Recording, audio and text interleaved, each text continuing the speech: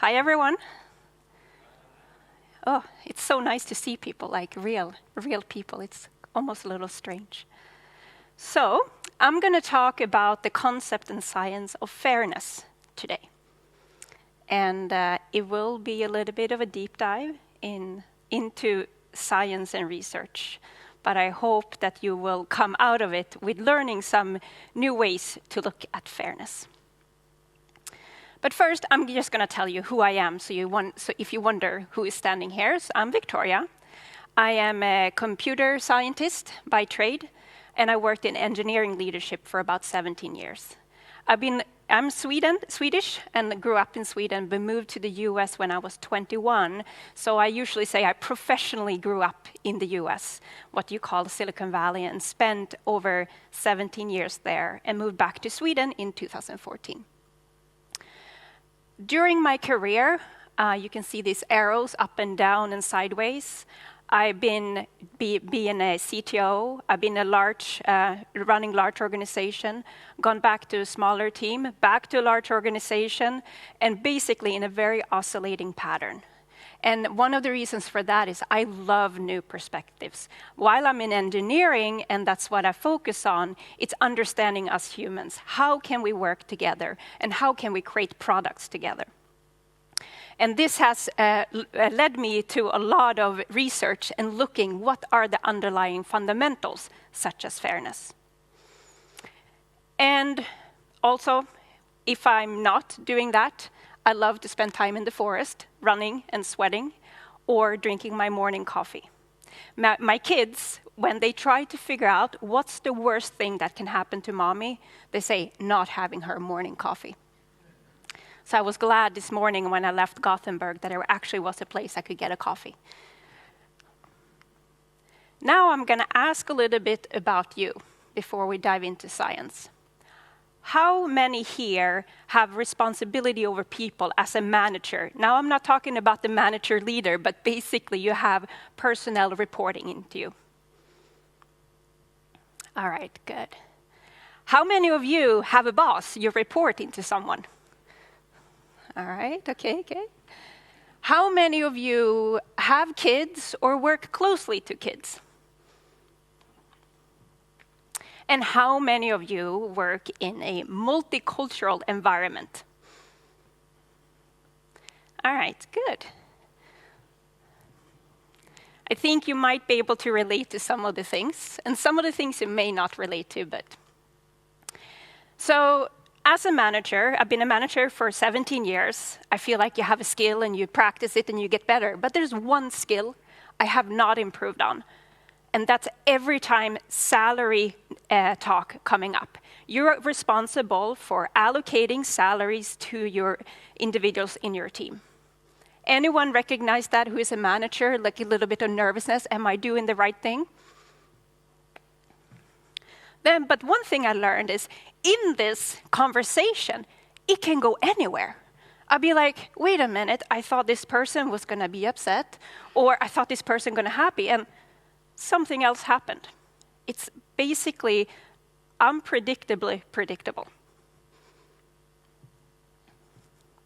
Now, talking about fairness. Another thing, I have this kind of guiding principle that I don't like to make analogies to my organization and my team's parent and kids. And when I started to think about fairness in this context, maybe I'm breaking my principle because you know what? It's kind of childish, kids are always comparing how much soda you have in your glass. My kids, talking about coffee, they use my coffee scale to weigh the candy to ensure they get exactly the same amount of grams. Anyone can relate to that who has kids? But then if you start talking about fairness in organizations, am I childish? That's what's my fear. Or the other thing, those of you who are Swedes, such a typical Swede. You should always be so equal on everything. So I started to read up on this in secret because I was fearing people would perceive me as childish or typical Swede thinking about fairness in an organization. And when I say read up, I love actually to go into research papers and try to find, what are actually the research and the data saying about fairness. So a lot of it is in psychology, but it can also in biology, etc. And you know what? I got so surprised. You don't have to read all of this list, but fairness, according to research, has a significant impact on the organization. And when I say significant, in research, they usually mean correlation. When correlation is really strong, which means if you have a fair organization, it correlates strongly with certain outcomes. So business-related performance is good, motivation, trust, collaboration, commitment, acceptance of change, all these goody stuff. And then also unfairness, counterproductive workplace behaviors, conflict, stress. But then I almost got mad. I'm like, why don't we talk about fairness more? If the research, and we're talking about decades of research, is saying this, why don't we talk about it more? So those of you who've been in any leadership position, or gone in leadership training, or maybe like in Agile, how many of you have had a session about what is fairness? Yeah, it's not that many that has that. And why don't we talk about it when it's such a big impact? So today, I'm going to talk about fairness. And I'm hoping this is going to help you, because after reading up on this, and this was about a year ago, I feel like I improved greatly on this skill. It helped me not only in salary allocation, but it helps me all over in both organization, personal life, and with my kids. So what are we going to do today? I'm going to first start talking about the underlying mental models and assertion. It's kind of a zoom-out perspective.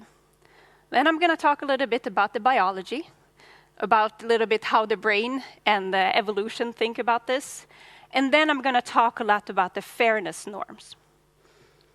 And also strategies that I hope you can take with you, which has helped me, and I hope it helped you to apply fairness. So, just so we are on the right page.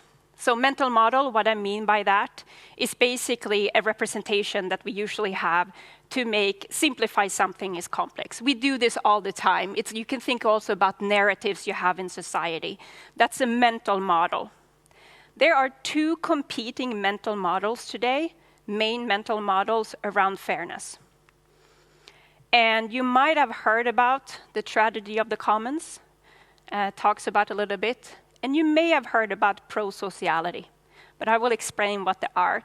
So these are underlying assertions that we have about us as humans, and in particular around fairness, but also how we are, like we call it the economical human. So the tragedy of the commons is basically this kind of simple view of human that if we are left to our own devices, we're going to go in a downward spiral and optimize for ourselves.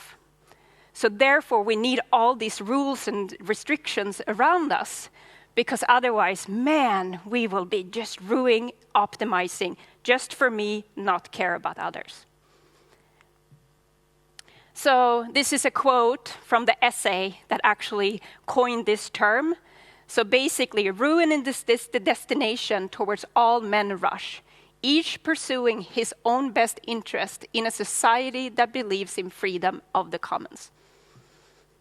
Now, research is starting to debunk this and say, wait a minute, we're not that simple as humans. We're not just, I'm going to be optimizing for myself.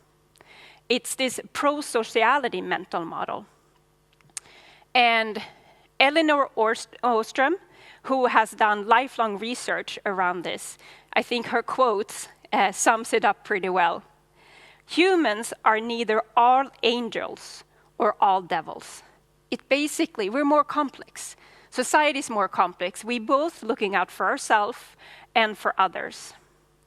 And by the way, Elinor Ostrom is the first woman to receive a prize in economic prize in Nobel 2009.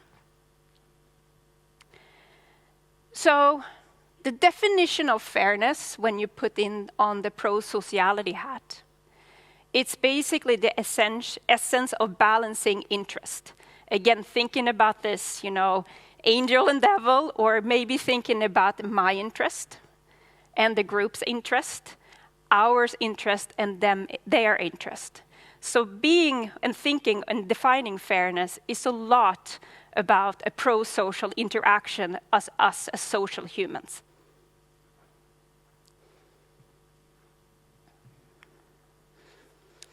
So now when you had zoom out kind of the mental models and narratives that we usually have around fairness, I'm going to dive into the biology of fairness.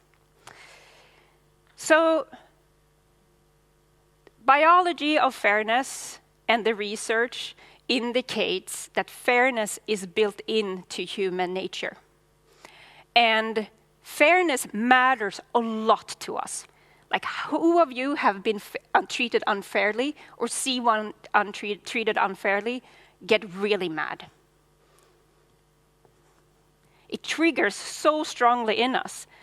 And this is basically, people say, or the researchers say, it's basically a way of surviving because it signals our place in the social hierarchy. And if you don't do anything about it, it's not good either. So it's basically a very deep human instinct. And fairness, they say, develop in humans around a little bit before age of 3, when you develop your language. And what they've shown is you develop something, now it is like these nice terms that they use, social inequity aversion. So what the heck does that mean? So it basically means that we consistently reject the unfair offer in the hope to get something more equal to others. So I can take an example. So you do experiments such as the ultimatum or dictator game, and I can explain how they work. So someone gets $10, and you get to decide how much of those $10 that you're going to give to someone else and how much you're going to keep. The receiver gets to decide if they take the offer or not. And if they don't take the offer, no one gets anything. And consistently, it shows that, let's say that the person who gets the $10 gives $1 to the receiver. That receiver consistently rejects that offer. The person rather get nothing to something to penalize the other person for treating them unfairly. And then you can wonder, like, well, how do you know that this is innate, like in the biology? Well, they had done these tests on kids too. Then they don't use dollars, they use cookies and cakes and candy. But it shows that it's really, really early development in humans for this aversion when they're treated unfairly, and you want to penalize someone else when they have done something out of line.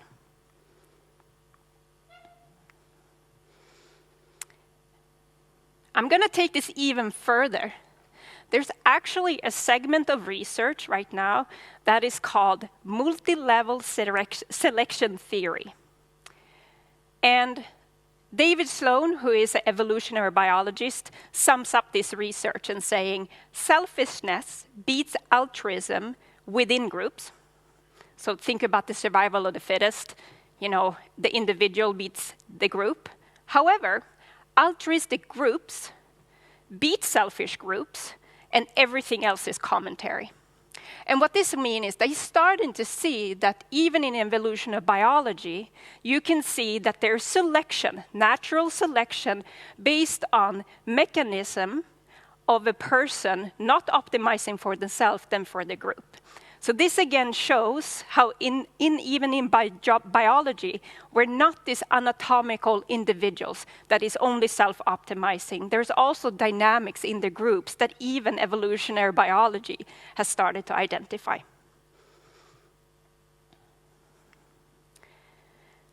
Now, brain. We heard a little bit about the brain before, and this is also what we trigger in the brain. So, when you are exposed to a situation which deals with fairness, there are actually two separate parts of the brain that can trigger. One part is the area with pain and moral disgust. Basically, your reaction to some outcome. So usually you get angry, you can even feel guilt, but most of the time it's angry, emotional reaction to outcome. This often happens, so think back to this salary talk, right? When you're the receiving end and you feel unfairly treated. That's the part of your brain that usually reacts. I am not treated fairly here, and you feel really angry or upset. And again, we should not say this is something bad. Again, it's something very natural because it signals to us that something that, like our place in the social hierarchy, that's where it's coming from, is under threat and you have to do something. At the same time, there's another part of the brain that can fire. It's the pleasure center of the brain and basically the reward center. But when does this fire? Well, it's when you're participating in a decision for a fair outcome. That doesn't necessarily benefit you, but benefit someone else.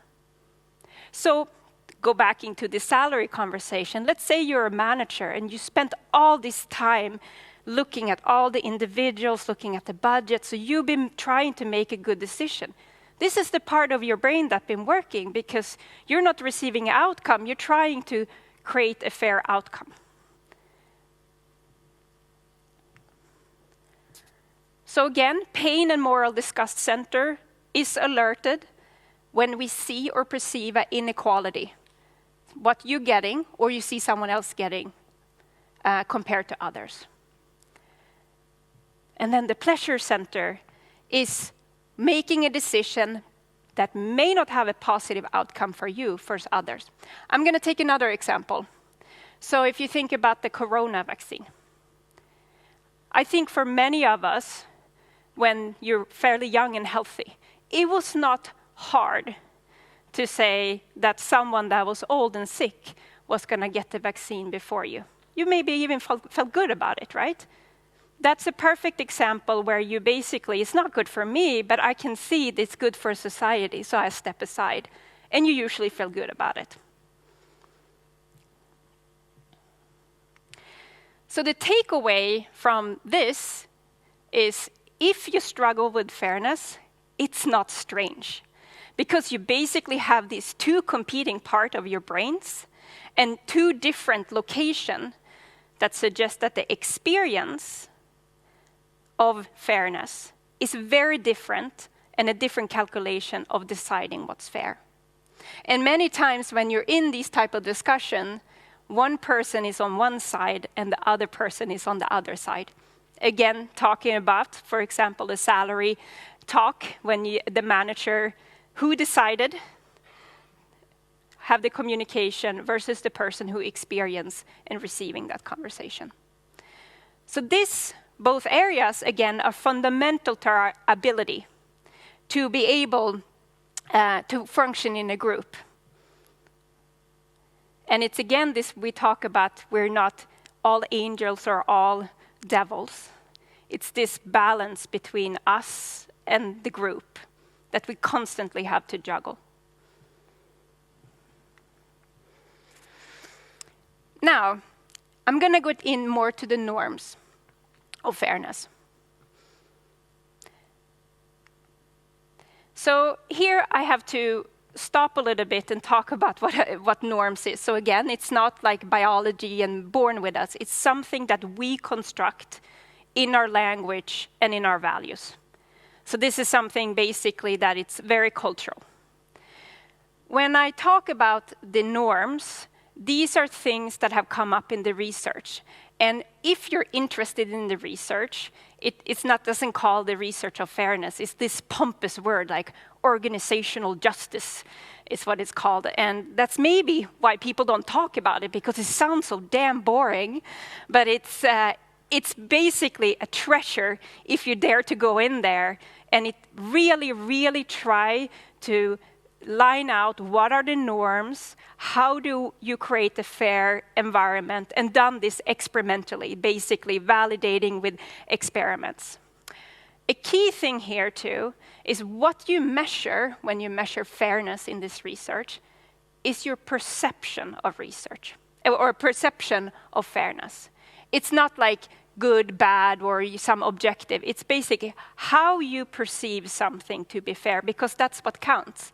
It doesn't matter if we are a really fair organization if the employees don't feel like it's fair. So everything that I'm talking about now in the norms and the research is based on evaluations of perceived fairness in the individuals. And that's the whole research field. It's about the perception. So, this was one of the things that blew me away. Sometimes language, you talked about language. When you get words for things, it all makes sense. So when I start digging in, it's actually pretty straightforward things, but I never even thought about them in different categories or norms. So we talk about sweets, right? Oh, we always want this equality, for example. But equality is just one type of norm. So now I'm going to go through fairness norms. You have something called distributive fairness. That's basically how you allocate resources amongst people. So you can think about resource can be, salary, but it can also be, a project, or it could be anything of value. Procedural fairness is another norm, and that's how the process deciding this allocation, how that is made. So it's basically more about the procedure, how to come to a decision.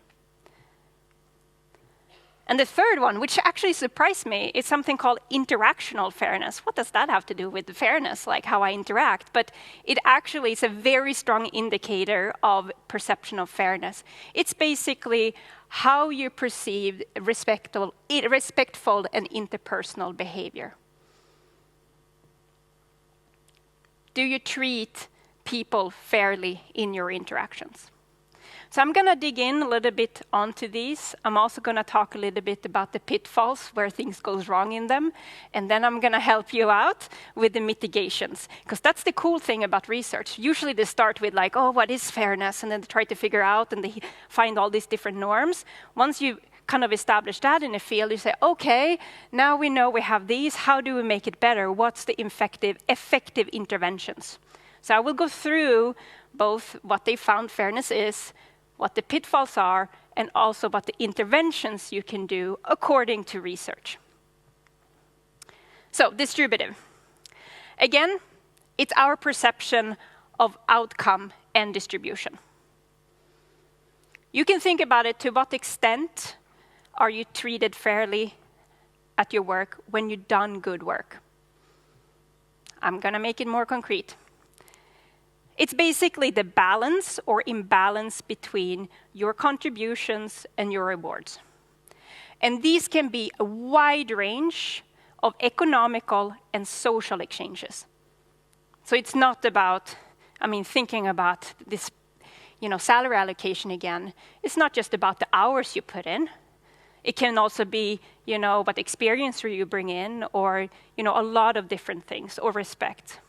So job contributions can be anything from your skill, your time, your effort, or completion of an important task.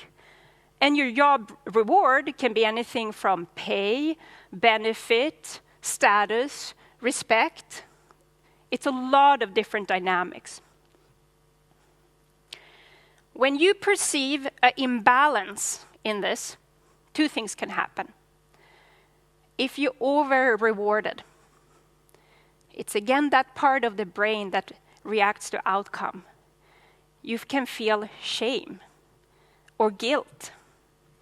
So let's say, all of a sudden out of the blue, you get promoted to this big position when like other people have done, a lot more work for that. That can, for some people, feelings of guilt.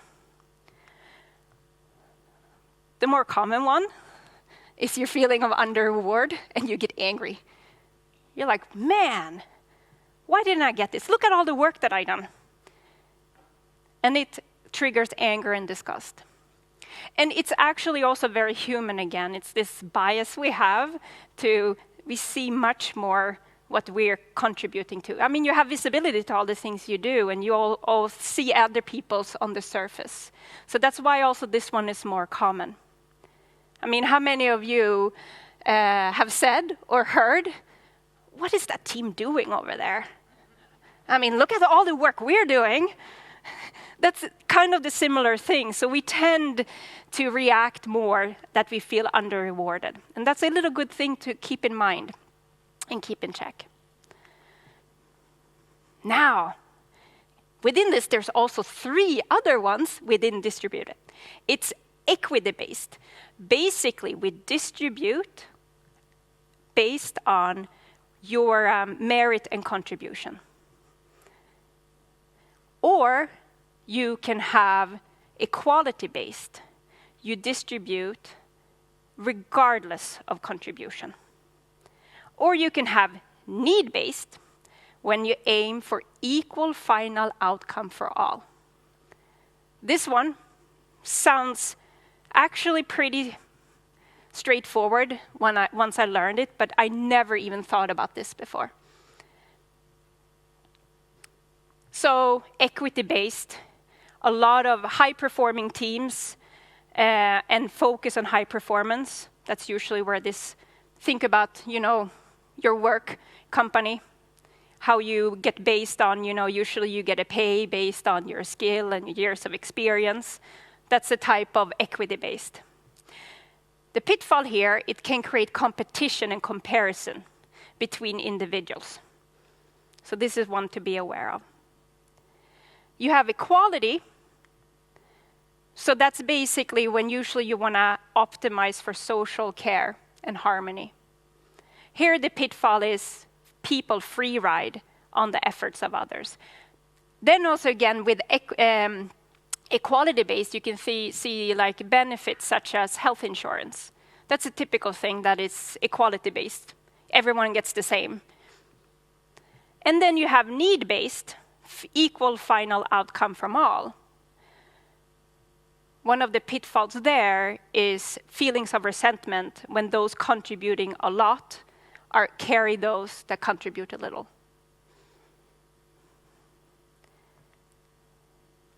Now, here's the most common pitfall with this. None of these are neither good nor bad. We just need to know when we apply it. And most conflict occur when we disagree or don't even know which norm is used.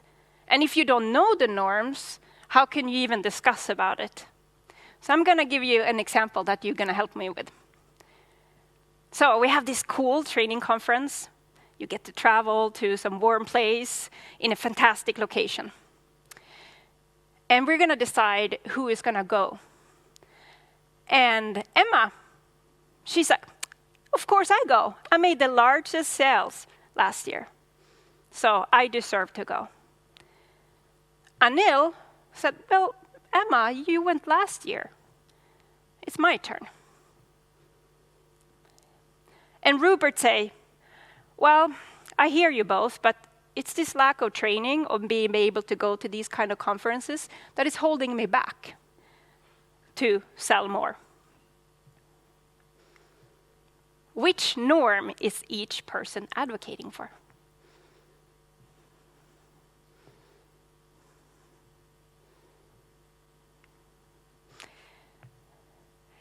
Emma, equity, merit contribution. I gave you the most. I put in my effort. I deserve to get this. Anil, equality. We should all get turns. Everyone should have the same chance of going. And Rupert, need-based. We need to optimize for equal final outcome for all.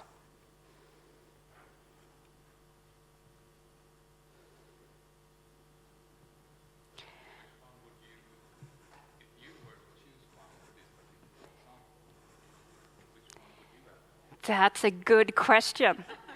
How do you do, what do you do now? Well, how do you attack this is what I would do, based on what I learned, is I would have the discussion with people around the norms, and you base the discussion based on fairness evaluation and try to bring in these norms. So for example, which fairness criteria should we apply to the situation? So with training, what's the point of the training, for example?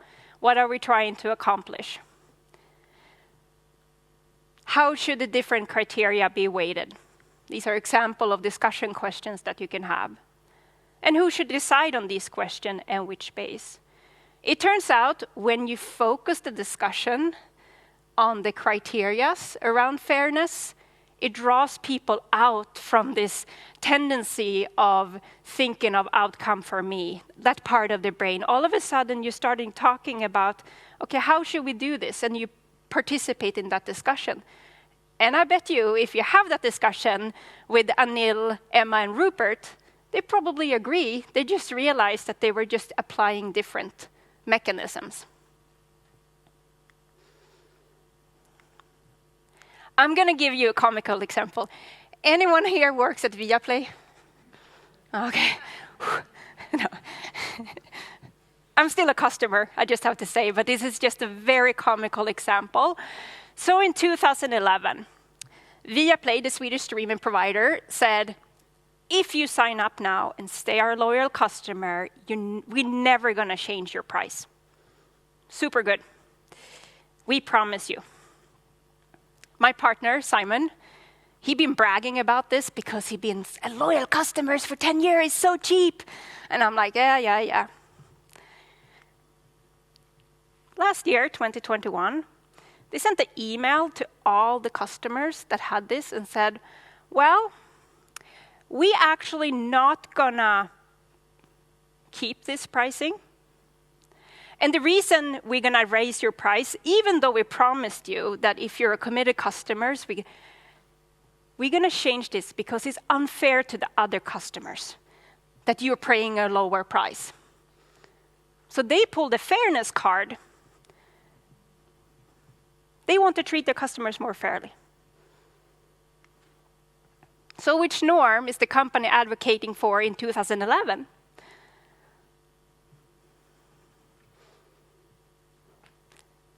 Equity-based. You put in your effort. The more effort, the longer you stay a customer, you get the payback.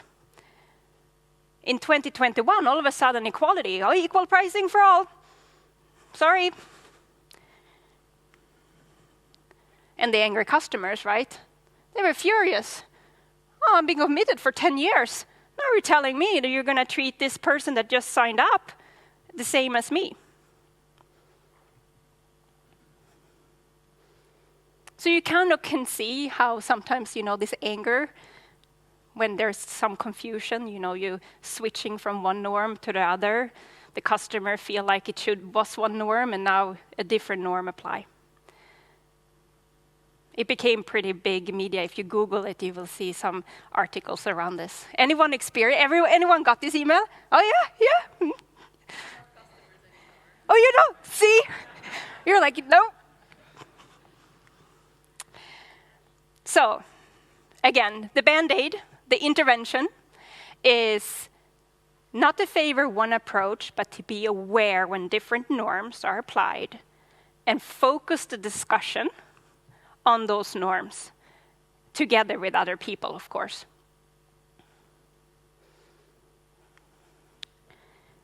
So, just take like 30 seconds to reflect on your company. What norms can you think of, equality, need, equity-based, that your company is used for distributing various resources?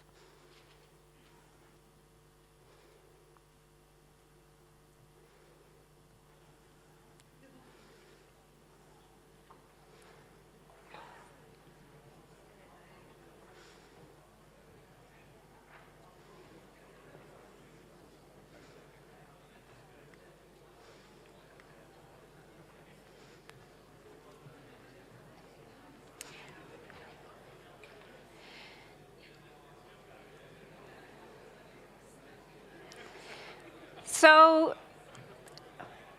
I know it's a lot of information, but I do have, later you can get the links, I do have some of these slides and information available for anyone. And they're also available under a share license so you can use. So you don't have to, if you want to have this material later, because I know there are a lot of terms. Now I'm going to go into the second fairness norm. It's procedural. We talk about decision making. So it's how the decision leading to this distribution was made. So you can think about the question, to what extent are you included in decision processes at your workplace? So procedural fairness is very much about decision making. And it's also one of the things, the key things here, is not just your process of decision making, but it's also the making sure that it is inclusive to everyone. Everyone has an equal, a fair opportunity to participate in such decision making process. If you're going to remember something from procedural fairness, because it's kind of easy to say, it's voice and choice. Always think voice and choice. If you give people just a voice in a decision-making process, it goes a long way. And when I say a long way, again, it's how when they do research, they do actually these measures and see what impact it has on people, on perception of fairness. And again, fairness has all these ripple effects on the organization. And also this thing of choice. Again, letting go a little bit of the control. People don't like to be controlled, and just having a little bit of a choice. It doesn't mean that they decide everything, but participating in them. So voice and choice. That's a really good way to have procedural fairness. Now, since I covered science, I need to be correct. I like to be correct. It's there's these 6 principles that they have found out for increasing or ensuring procedural fairness. And it's basically when you have a decision-making process that is accurate, and that means as much informed information as possible as you can. Representativeness, it means that procedure needs to reflect the values and what happens to the people impacted of the decision. So it needs to represent the people that are impacted by the actual decision. Consistency, this one is really important. It needs to be consistent across people and also across time. So I go back to this, for example, we take a promotion. If you have one way, 1 year to promote the person, and the next year to promote the person, you're not consistent over time.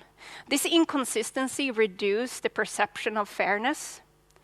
Same thing in the same promotion cycle, if you have 2 individuals, you have to apply the same principles. If you don't, it lowers the perception of a procedural fairness. And consistency over time and people. Here's another thing what the research show. This has great impact on innovation. Because innovation is a very stressful behavior that has a long cycle. When you can trust your organization that you will be rewarded for your innovation because it might take 2 years, if you know that in 2 years they will apply about the same principles as they do now, I dare to lean in more to innovation, and it makes me less stressed. So this is one, procedural fairness does have a lot of implications on innovation and collaboration. Correctability. There need to be a way for someone to say, object. It's our policy. It could be a policy, but hey, is there a way we can change this policy and have that discussion? That's another principle that really helps procedural fairness. Bias suppression. We all have biases. We all, have act fast, but taking a step back and trying at least to look at the lens through what biases we might have. And ethicality.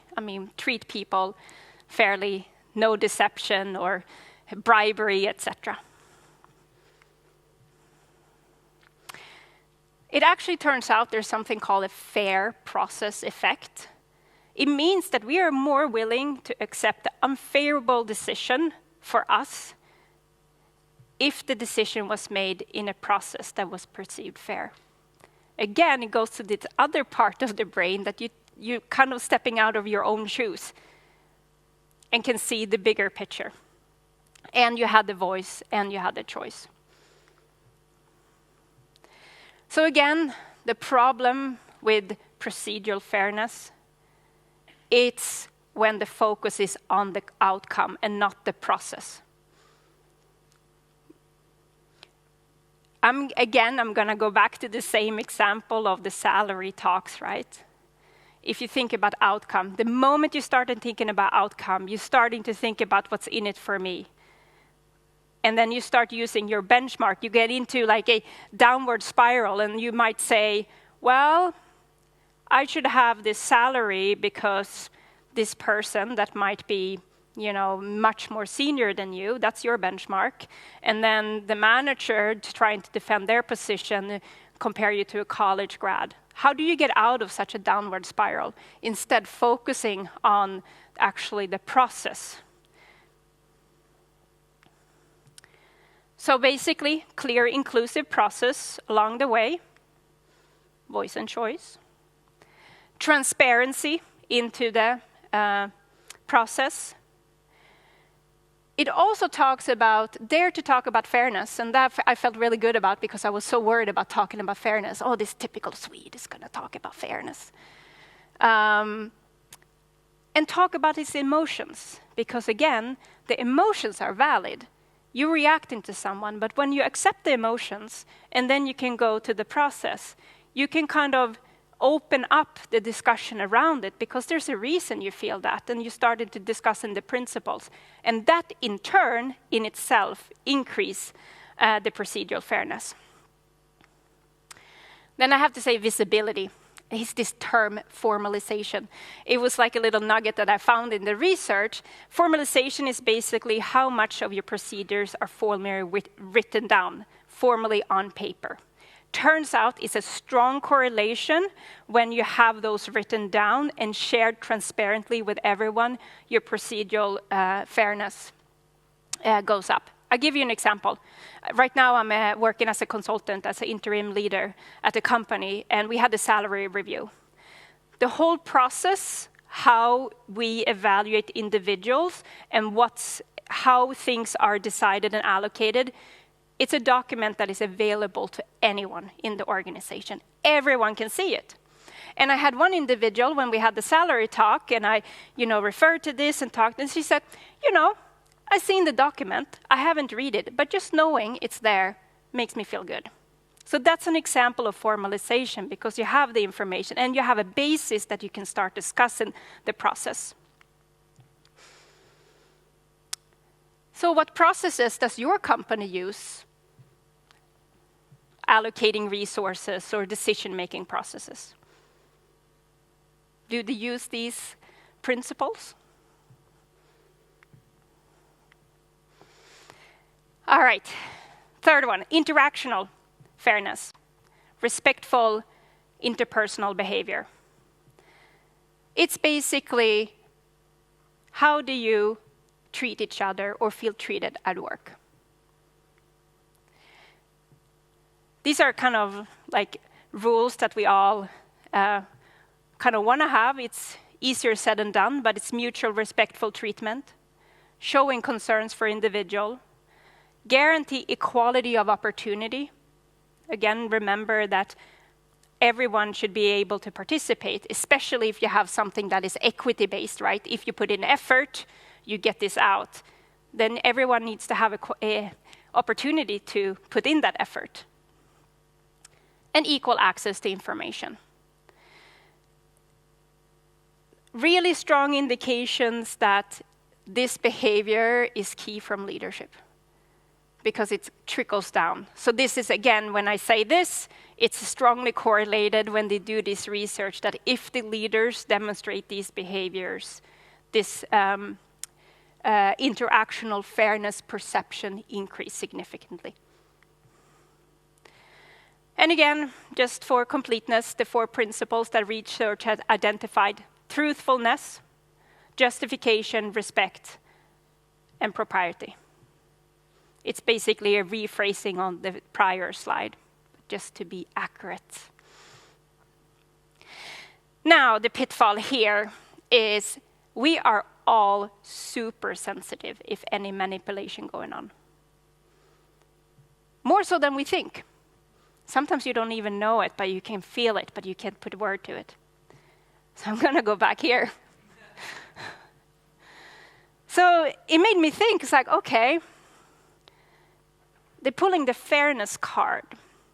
So if you start thinking about it, since when has a company started operating, a for-profit company, equality pricing? What does that really mean? If every customer should be having fair price, everyone should have the same price, that does mean that we're going to stop having sales or campaigns. Because then if you have a campaign and someone get a little money off, then it's not equal. Wait a minute, this is kind of really strange because a for-profit company and customers expect and operate in such a world. So these angry customers, could it be that they felt a little decepted? Those of you who, I mean, we're super sensitive to it even if we don't know it. It makes me wonder, I would love to do like an A/B test email. One of the one that says, fairness principle, and then the other one says, hey, we're just not making money on you on this one, so we're gonna stop. I wonder, and then you do a survey on each of them, how they feel.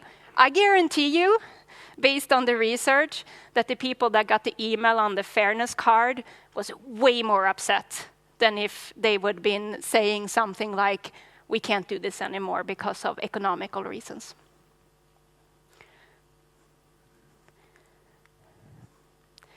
So, again, the Band-Aid is this like Rogers construct of genuineness. It's from Carl Rogers, who is one of the founding father of humanistic psychology. He has these 3 principles. Genuineness, be truly yourself. Going back to that deception part, right? If you're truly yourself, you don't deceive people. It usually helps a lot better in interactional fairness. Unconditional positive regard. So assume people's best intent.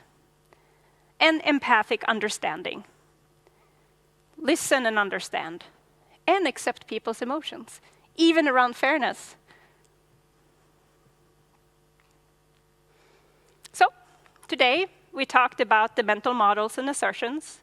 We talked about the older mental model and narrative about the tragedy of the commons. We're individual, humanistic, self-optimizing humans that if we left our own devices, we're just going to go downward spiral. Or we're the pro-sociality, a little bit more complex. Sometimes we're selfish, sometimes we're not. But this indication that we're both optimizing for ourselves and the group in a pro-social way under the right conditions. And then we went through a lot of the fairness norms that research have found and strategies to apply fairness. So distributive, interactional, and procedure fairness. And the impact, significant positive impact on the organization. And what to do? Conflict does arise around it. Knowing what fairness principle is applied when, focus the discussion on the process, and be sensitive to not use manipulation.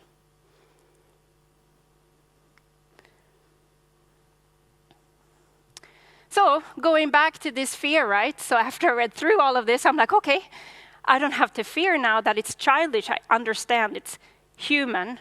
Yeah, it's a little bit more complex. I was thinking about fairness. I have as much soda as you do in my glass, or, as many candies as you. I realize it's more complex. And I realize it's very human. Then this typical Swede. Damn it, I have to be a typical Swede.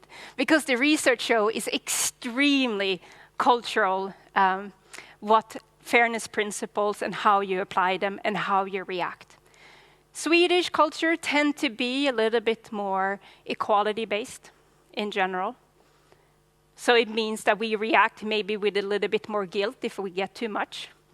Maybe that jantelag. Or in American culture, tend to be a little bit on the other side, more to the equity-based. And some of the Asian cultures are very, very strong emotions to when getting and receiving too much. So for those of you who work in a multicultural environment, it might even answer the question to why people react so differently. It might not just be that the outcome versus deciding the two different areas part of the brain. It might be the culture that we're coming from, and being aware of that and accepting that. Last thing, I'm gonna give you a gift because I think I found a clue why we don't talk about fairness so much in leadership programs. I mean, I was really upset because I gone to a lot of leadership training and no one ever told me about this until now, after I'm reading this organizational justice books. So the research also showed that where you are in the level of the organization greatly impacts your perception of fairness. What this means is if you're in a leadership position, you tend to feel like things are more fair. If you're lower levels of the organization, you tend to feel that you're much more unfairly treated. And it can be, for example, we talk about decision, voice, and choice. If you're a leader that are part of all the decision or many decisions, given voice in one decision is just one of 100, so it doesn't matter too much to you. But if you're lower part in the organization and you might not participate a lot in decision making, just getting one, participating one can have big impact. So the problem of fairness is probably not top of mind of leaders. And the interesting thing is then now we're going to apply Rogers' construct of genuineness, assuming the best intent. Because I can say myself, I've fallen into this pitfall and thinking, okay, everything is fair. But what you usually do as a leader is you have a stack of problems that you're trying to solve. And you're trying to prioritize them and solve the biggest and most eminent problems. And then we try to project our own feelings to these problems. So not feeling that fairness is a big issue, we probably down prioritize and say, it's not that important. So that might be why we don't talk about fairness. And that's why I felt very strongly starting talking about fairness so it gets out in the open how important it is for organizations. And it doesn't just help leaders or members of the organization, it members to decode conflicts in society, regardless if it's around corona vaccine or your Netflix streaming provider or whatever it is. I hope that you have brought with you at least some things around fairness that you didn't know before. And I also hope it's going to help you as much as it's actually helped me. And I want to say thank you. And if you're interested in more, I actually have a podcast too, which has 2 episodes on fairness. It also has a bunch of other things if you're interested in other science deep dives, such as power, or we talked about control, like control is very related to autonomy, etc. So you can go to something called Bit Curious. I'm bit curious about different things. All right, thank you.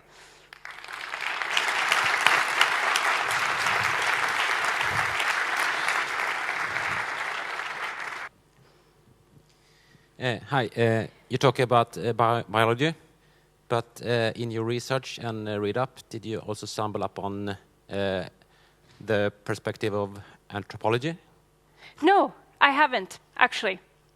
No, that's not an area that I did cover. Because that would be interesting, yeah. Yes, very interesting. Hello. I feel that in my organization, the management group distributes people based on equality, like having teams with the same amount of back-end developers, front-end, etc. But the PO group distributes the work based on equity. Equity, yeah. Equity, like which team has the most senior developers and can do the job quicker.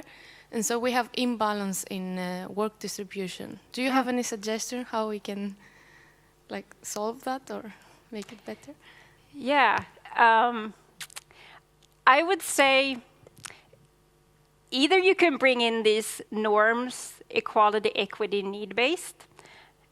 Sometimes that's overwhelming for people. One thing is trying to figure out what might you optimize for, right? And you can weave in these terms. So for example, it sounds like they're optimizing, now I'm kind of interpreting the situation, that the product team is optimizing for impact. Is that what it is? To have senior, whereas the developer team just distribute more equality based around the organization that has nothing really related to impact. Impact is an indication of equity-based, right? But maybe start talking about it. I would even bring up these things. I can take a recent example that is quite similar with headcounts. FTEs, resources. That's like the common thing. You're sitting in this room and you have a big organization and you're going to allocate this 100 FTEs that you have in your budget. Then you usually get into how do you distribute them? Oh, we should put them all 4, 4, 4, 4 here, distribute them. You call it peanut butter spread across the organization. So that's equality-based. Or is it need-based? Which team needs it most? Or which team provides most value? So those things, I would bring some of those discussions into that, if you can. Are you a manager? Your Scrum Master. Maybe you should poke the manager about it. Hey, you know this? Maybe you should learn a little bit about this. Hi. I was just thinking about the effect that you had there. I don't recall what it was called. Fair process effect? Yeah, that one. So basically, when you explained it, the first thing that came to mind was more or less, isn't that kind of the foundation of democracy and why we have it? Yeah. Yeah. Yeah. So just a reflection, perhaps. But yeah. I mean, that could be inclusive, yes, when democracy work, yes. I mean, that could the be reason as to why we have voice and choice and feel included and so on. Yes, exactly. It's foundation principles. You can see also when you go through a lot of these, like this is down in the weeds on the research, but if you look at the frameworks that we have, think about agile frameworks, or think about sociocracy, or think about all these things we have, they're basically, a lot of them are fairness implemented. So it's not that this is done at all. It's all over. Like, it's breathing in the society or in even our ways of working.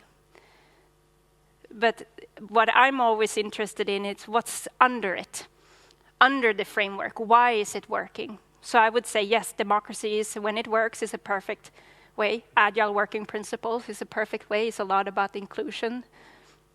Sociocracy has decision-making models. So yes. I actually have a question as well. Yes. Here I am, yeah. A little bit too close, maybe. I was wondering if you have any suggestions on how you can leverage the situation where you have sort of like multiple perspectives within an organization. Like here, I represent the university, and the university, and specifically researchers, work under extreme amount of stress. We work under the circumstances described as publish or perish. We have to publish. We get funded by publication, and in some countries we even get fired if we don't publish enough. It's not that bad in Sweden, but it's definitely like that internationally. So in one way we are competing with each other. We see each other as competitors. We chase money and try to get as much funds as we possibly can. as a researcher.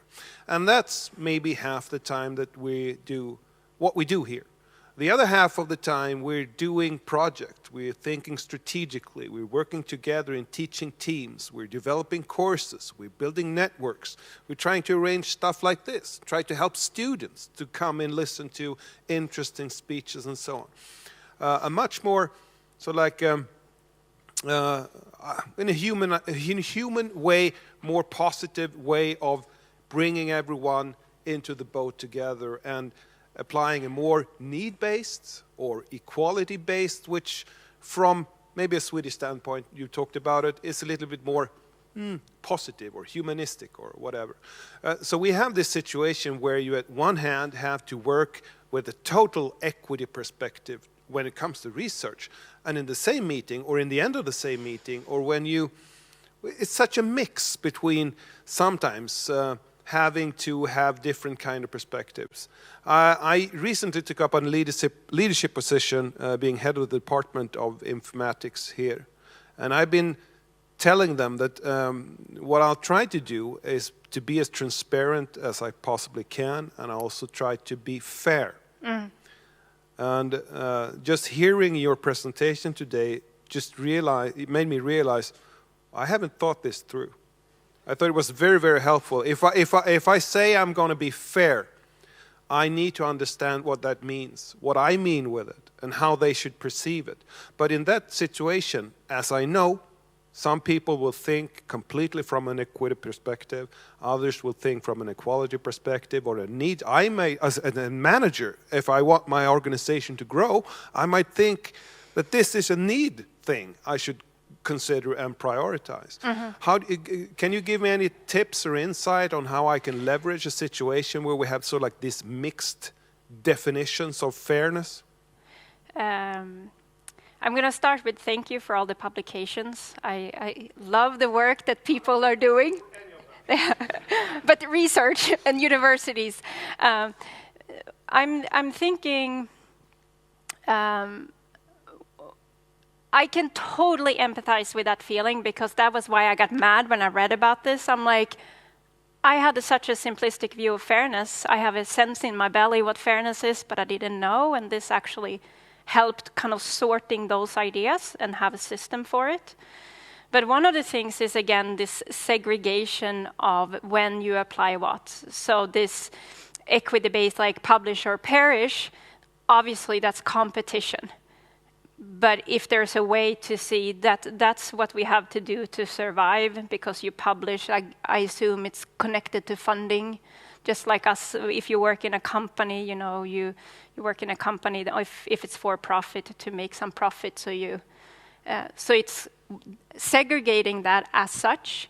And then it made me think about also talking about interactional fairness, and that's a really strong correlation, again, also with innovation and collaboration behaviors. So what I'm trying to, I think I hear is like, how do we collaborate while we're competing?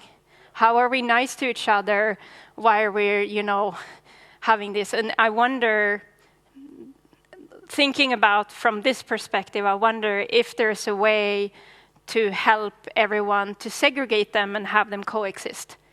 Because some of the things are, if you need to publish because it's part of your job, but keep it isolated for that. And I mean, I don't know how interactions are in university world, but maybe, you can have disagreements, but have them respectful disagreements. And again, the interactional fairness principles. Those are some thoughts that comes to mind. Thank you. Not a question, just a thought. I was thinking about when you said that when you drop, think of a pyramid, you drop from a leadership position, a thought where you can give people a bit of decision taking. Mm-hmm. It's a bit, for me, a little bit of manipulation. To do what? To the people you have responsibility for. Mm-hmm. You drop down a ball and give a bit of. You give your responsibility to your workers. Mm-hmm. It's two thoughts. One is you have to mean it. Otherwise, it's just going to be seen as a way of manipulation. Yeah. Yes. And at the same time, it's a little bit what Jenny was talking about, and it's giving or losing control, or not really losing control, but giving control to other people, which is good. I know, just thinking positively and negatively about it. Yeah. No, I think you're spot on there, because if you include people in the decision-making process, you also have to let go of control what the result of that will be. So they go hand in hand. If you're just letting people voice something and you ignore that, then, I mean, why did you ask them? And it's very important to do it from the heart and really mean it, and just knowing what you're giving control to something, you can give control to. Otherwise, people will feel and will understand that it's just a way to give some confidence, and you're trying to manipulate people and thinking that you're giving control or you're fair. Yeah. It was not. I thought about it in another way, but when it was time to speak about it, it came out in another way. I hope it's clear anyway. Thank you. Thank you very much. I find it very good and interesting. And I do my research about fairness, and I always try to figure out during night time and when I'm drinking wine with others and so on, where does this fairness come from? Yeah.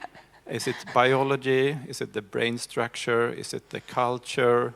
Is it the technologies that we take inside or something? Or is it institutions? Or is it in different? Do we create different plays? Like if we play basketball, we behave in one way, more egoistic, and sometimes more fair, and so on. So now I just wanted to say it's very interesting that you lift up this, that it's based in biology and the brain, or it comes from there somehow, but it also creates variations of fairness in different situations. Yeah. And then we have this strange idea that we should have markets that is based on a myth that we are egoistic animals. But I think you presented something else. Yeah. And I think it's very important today when we live in a time where everyone assumes that we are egoistic and we create a solution based on that assumption. So it's very interesting. Thank you. Yeah, thanks.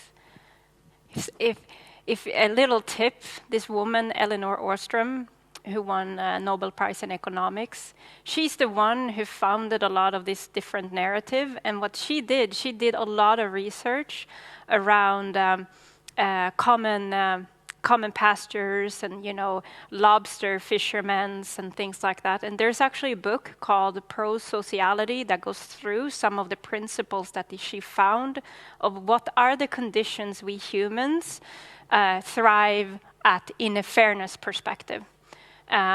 It's interesting to read that book. It's actually on, if we can, I think the links are in on the Agile Örebro website.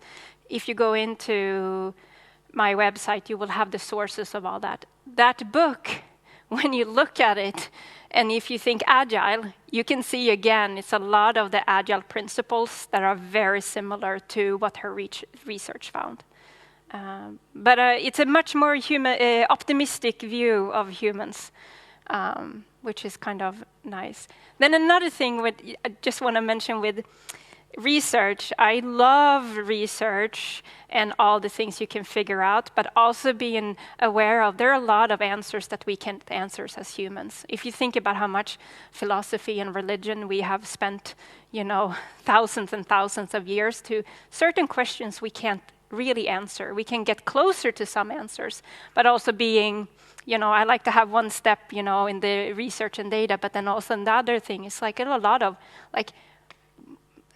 I'm not religious, but you know, who can prove God exists or not exist? What is this? Why are we here? Like all these big questions, science might not be able to answer. And I think it's interesting to see the intersection too between religion and philosophy and those schools of thoughts, like a Venn diagram, and then science.